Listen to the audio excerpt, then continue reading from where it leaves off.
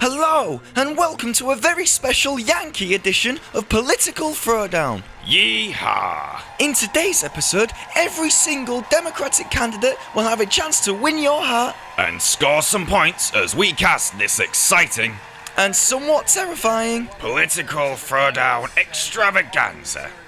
Doing the questions for today's debate are a well-spoken bald bloke named Lester, a reassuring blonde woman, and a nervous man who clearly doesn't know where to put his hands. Okay then, kicking things off with the Democrats' House favourite candidate, Elizabeth Warren.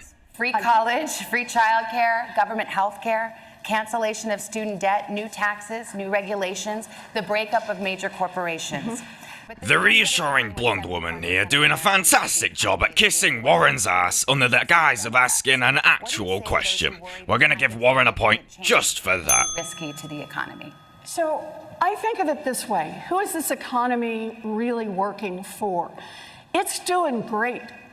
Fun fact, when Lizzy shakes her head, it's not just for dramatic emphasis, it's also a strategy for warding off the vengeful spirits like nagging mosquitoes questing to suck the lies from her flesh that would leave her a spineless husk. That certainly would explain why she talks like a caffeinated bobblehead. When you've got a government, when you've got an economy that does great for those with money and isn't doing great for everyone else, that is corruption, pure and simple. The keen listener will notice that Warren managed to stitch together 5 separate talking points into her opening speech. A classic Democratic move. Disorientate your listener in a milieu of buzzwords and phatic language. Well then, Warren off to a great start, as we expected, with a strong 3 points. Let's see if let's see if she can respond in kind. Giving your voters, people, a false sense of what's actually achievable. Well, first, the economy. We know that not everyone is sharing in this prosperity, and Donald Trump just sits in the White House. An excellent deflection there by Klobuchar, refusing to answer the question and instead talking about the bloated, retarded sex offender currently acting as president of the United States. Kinda like a schoolchild picking on the mongoloid kid just for the attention of it. And then the third thing I would do is make it easier for students to pay off their student loans. Because I can tell you this, if billionaires can pay off their yachts, students should be able to pay off their student loans. Klobuchar doing well here to celebrate a debt-based economy, making it sound like quite a grown-up and exciting thing. Overall, not a bad performance from Klobuchar, but not quite enough to smirk Elizabeth out of her Warren. What we've been discussing and talking about is how much fundamental change to the economy is desirable and how much is actually doable. Oh, a fantastic conveyance of conservative philosophy disguised as a question here. I almost want to give a point to the reassuring blonde woman. Sure, why not? She'll probably just end up running for president anyway. Oh, bad decision here by O'Rourke, choosing to be white and male at the same time. Yes, not a popular look this season. That it does. Necesitamos incluir cada persona en el éxito. Oh no, what's going on? Is he having a stroke? I think the mescaline just kicked in. What language is that? Is that gibberish? I think it's Spanish. Oh, has he forgotten where he is? No, wait a minute. This is genius! O'Rourke successfully compensating for his whiteness by speaking half in Spanish. Oh, wow! Never mind that he'll cut his time in half to answer the question, and thus limit his capacity to talk about policy. Fuck policy! This guy's speaking Spanish! And the very wealthiest in this country at a time of historic wealth inequality. Not bad, but for that early blunder, O'Rourke is still behind Elizabeth Warren. Debate in this party right now about the role of corporations, as you know. Senator Warren, in particular, put out a plan to break up tech companies like Facebook, Amazon, and Google. At the end of the day, we have too much of a problem with corporate power growing. We see that with everything from Citizens United. Good combination of a smile and eyebrow movement. Someone's been practicing in the mirror. People in this country That's time, who sir. need. Oh, a quick stop to Booker's response. Thank you, Senator. Senator Warren, I mentioned you. The reassuring blonde woman here, giving Lizzy another shot at her introduction because, well, she was sort of mentioned again, I guess. Presumably by accident and not actually scripted, so it would only be fair to interrupt all the other candidates with more head shaking. We've had the laws out there for a long time to be able to fight back. What's been missing is courage. courage in Washington to take on Well, the giant. I couldn't tell you a single thing about her policies, but, well, I'll be damned if she's not courageous for reciting that Disney-ass trait. Thank you.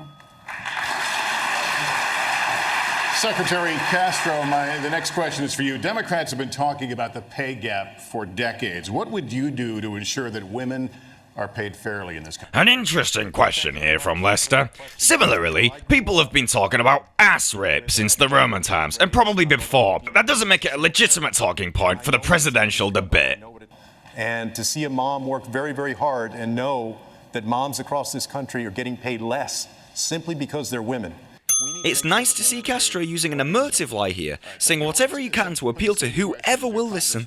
Gabbard, your thoughts on equal pay? The bald bloke Lester again trying to force his bullshit question onto another candidate. I know the importance of our national security, as well as the terribly high cost of war. And for too long, our leaders have failed us, taking us from one regime change war to the next, leading us into a new Cold War and arms race, costing us trillions. Well, that may be right, but what do the lives of foreign people have to do with women's rights? That's completely irrelevant.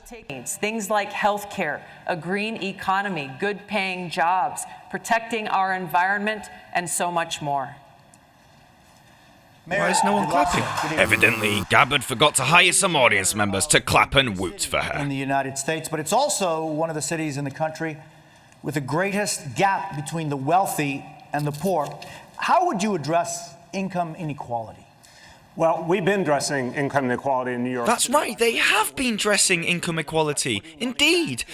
Dressing it up as some sort of issue for the welfare state rather than an integral deficiency in our economic system and social values. Here, here, and just look at that perfect American hairstyle, like a bald eagle's fuzzy ball sack. I want to make it clear. This is supposed to be the party of working people. Yes, Bill de Blasio. Apparently being the mayor of New York City just wasn't enough for his ego. There's plenty of money in this world. There's plenty of money in this country. It's just in the wrong hands. Good use of ambiguity here. The wrong hands is pretty much synonymous with whichever hands you, viewer, believe to be wrong. Nice and ambiguous. Just the way we like it. You know, I'm very different than everyone else here on the stage. Prior to being in Congress, I was an entrepreneur. I started 2 businesses.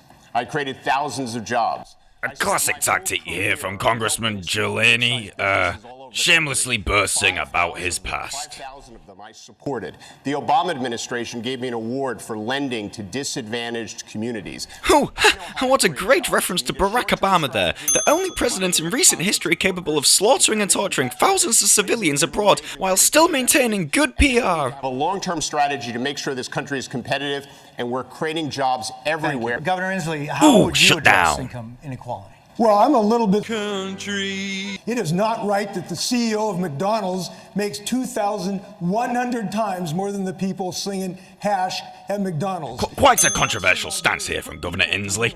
But why should managing or even working at McDonald's yield a higher paycheck than those slinging hash and blur or whatever else at a dumpster behind the back?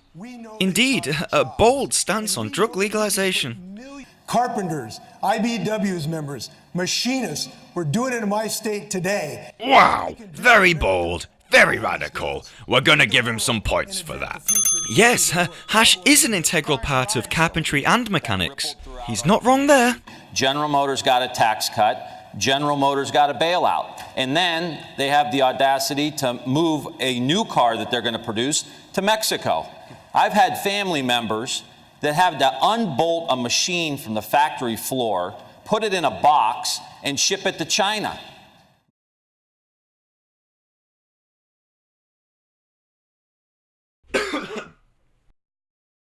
Any corporation can come and use my pussy.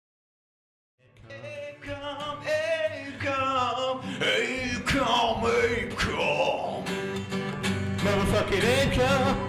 Now I'm prolapsed. Now I'm prolapsed. Now.